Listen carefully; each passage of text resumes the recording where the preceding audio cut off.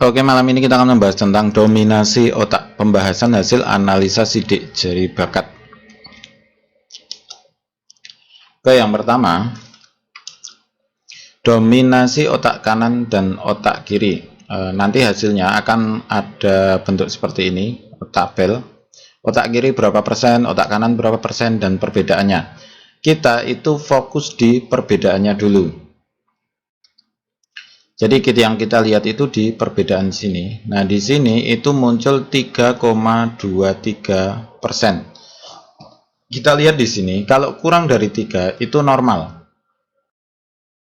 Kemudian kalau 3 sampai 5 itu dominan. Kemudian kalau lebih dari 5% itu mendominasi. Maksudnya seperti ini. Ketika dikurang dari 3 itu bisa hidup normal. Jadi perilaku, kemudian cara berpikir, cara bekerja, ketahanan fisik, kemampuan memori, kecepatan belajarnya itu normal. Segalanya normal. Kemudian kalau 3-5% itu cenderung ke sesuatu. Misal gini ya, perilaku orang otak kiri ini misalkan kasusnya ini lebih dari 3%. Maka kalau dominan, misal perilakunya udah mulai ke otak kiri. Jadi otak kiri itu kan lebih penyendiri. Jadi dia lebih suka menyendiri. Tetapi tetap aja bisa berbaur dengan lebih mudah gitu. Nah, di sini kalau lebih dari 5% ini sudah penyendiri banget. Jadi suka sendirian, suka berpikir, susah bergaul kayak gitu. Jadi kalau di otak kiri dominan, ini kan yang lebih besar kan di otak kiri 51%. Artinya dominan di otak kiri. Kemudian berikutnya, intinya kita melihat perbedaan. Kalau kurang dari 3% artinya aman. Kalau 3-5% artinya ada kecenderungan untuk bertingkah laku seperti otak kiri. Kalau lebih dari 5% maka biasanya yang terjadi itu dominan di otak kiri. Jadi kalau seolah-olah itu otak kanannya seperti tidak berfungsi.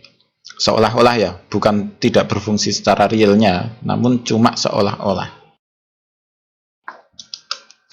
Kemudian kelebihan. Di sini otak kanan itu punya kelebihan yang tidak dipunyai otak kiri. Kalau otak kanan itu bisa menangkap gambaran keseluruhan situasi. Jadi misal dalam rapat atau sedang ada diskusi, dia lebih cepat bisa menangkap gambaran tujuan secara umumnya lebih cepat. Nah, kalau otak kiri itu kebalikannya, dia menangkap detail-detailnya itu lebih cepat, tapi kadang tujuannya nggak tahu. Itu bedanya. Kemudian di otak kanan itu pintar bersosialisasi. Jadi ketika dia bertemu orang, kemudian memimpin rapat atau membuat, intinya yang berhubungan dengan orang lain, dia pintar. Dia tidak perlu mikir, dia tidak perlu berbuat yang lebih, dia udah bisa dengan sendirinya. Kemudian berkomunikasi, dia bisa ngomong terus menerus tanpa henti, bisa.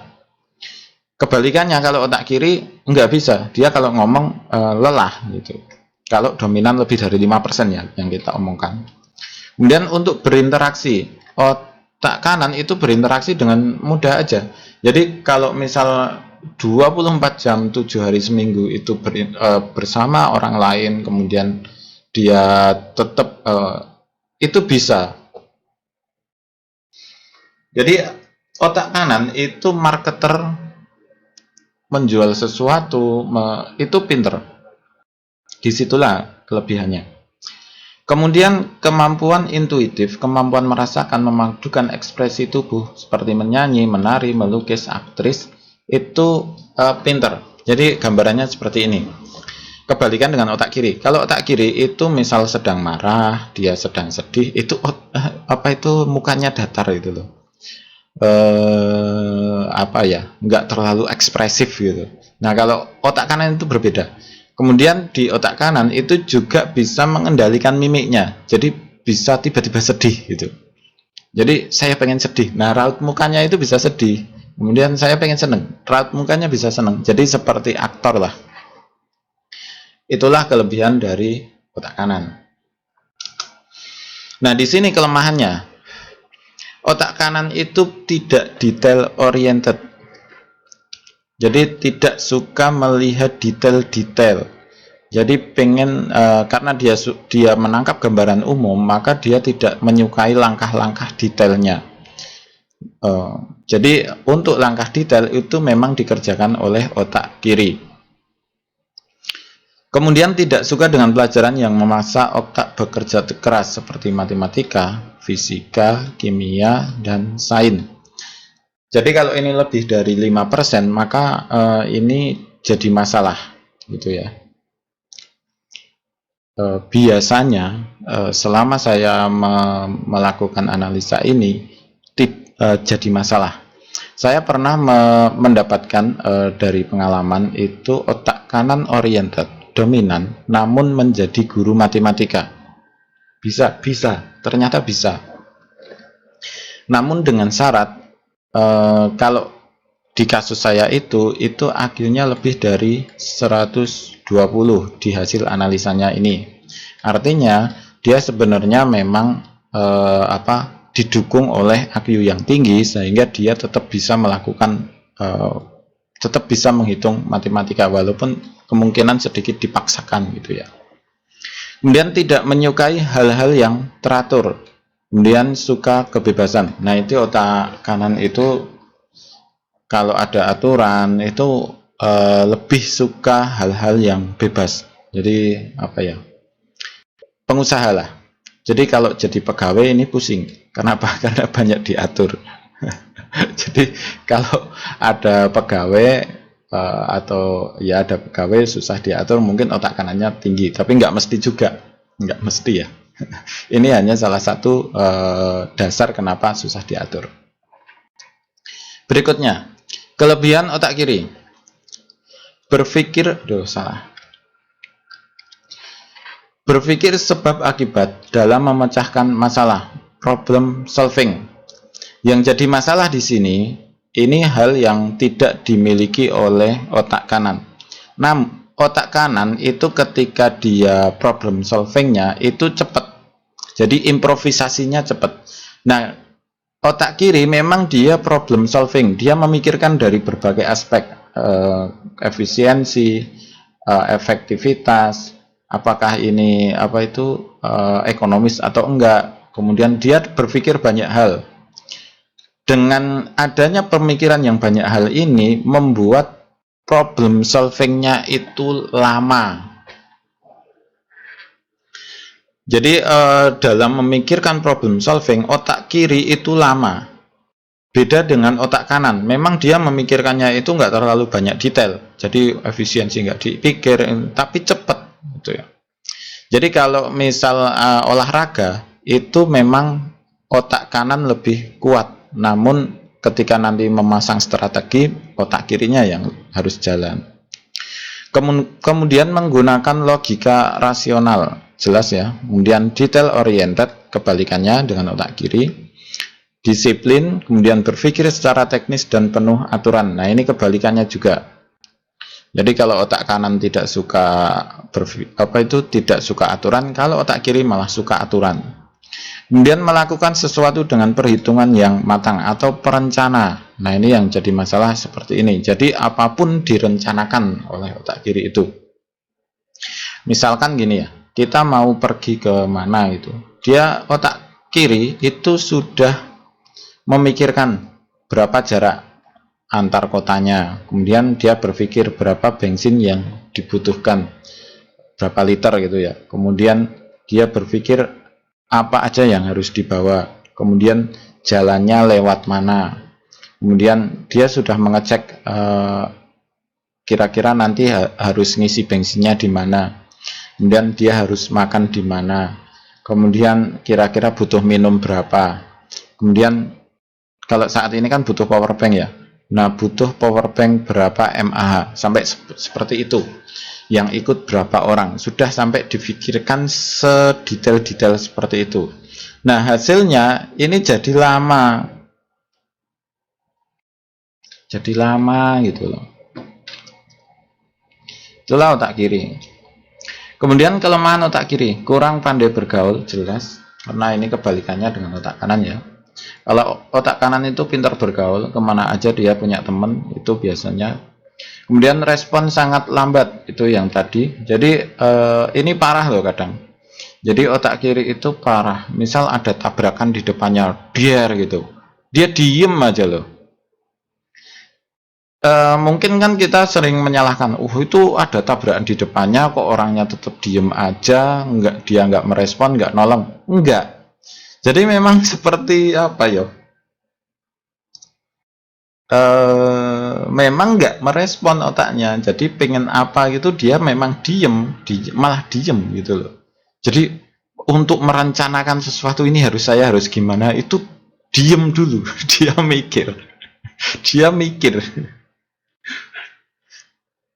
Tadi kan perencana ya, jadi apapun direncanakan, dan ini bikin seperti kalau orang lihat itu apa ya, lola gitu loh. Jadi sepintas orang otak kiri oriented itu lola, padahal dia sedang memikirkan sesuatu yang lebih efisien. Tapi kan orang lihatnya lola, terlalu perencana sampai ke tingkat detail. Tadi udah dibahas ya. Kemudian lambat memahami tujuan utama karena terlalu memikirkan hal-hal detail. Ya. Kemudian butuh waktu sendirian yang panjang. Nah, ini kebalikannya. Kalau otak kanan itu suka berinteraksi, suka bersama orang lain. Nah, di sini kebalikannya. Kalau otak kiri itu harus memiliki waktu sendirian karena dia harus memikirkan sesuatu. Itu kelemahannya. Nah, di sini ada bedanya dalam tabel ya, perbedaannya otak kanan dan otak kiri. Kalau otak kanan itu suka bicara, otak kiri suka mikir. Otak kanan improvisasi, otak kiri rencana.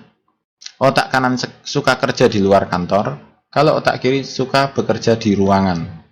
Otak kanan ingatan bentuk hafalan, otak kiri ingatan bentuk visual dan suara.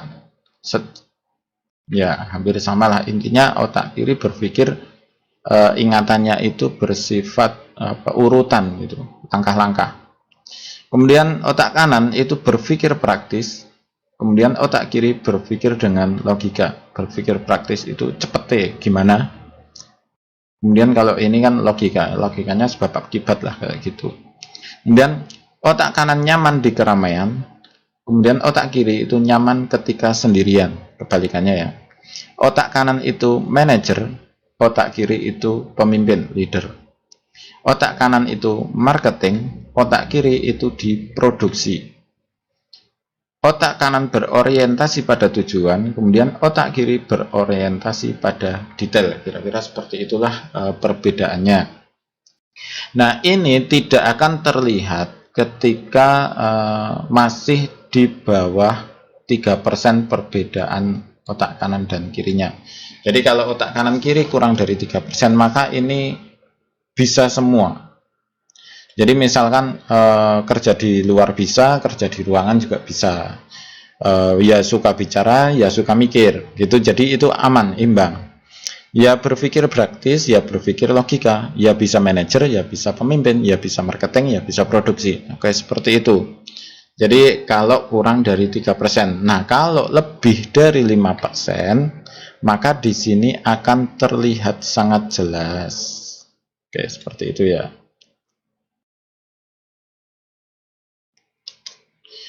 Oke, ini adalah analisa bakat sidik jari. Ini mulai kita online kan. Jadi harganya di online itu 100.000 per analisa. Kemudian caranya kirimkan foto 10 ujung jari dan foto telapak tangan Anda ke WhatsApp ini 081391005464. Kemudian hasilnya itu dikirim dalam bentuk PDF ke WhatsApp Anda. Kenapa dalam bentuk PDF? Karena lebih hemat daripada ada biaya cetak dan biaya kirim. Kalau misalnya pengen dicetak di tempat Anda sendiri atau di warnet atau lebih hemat banyak gitu.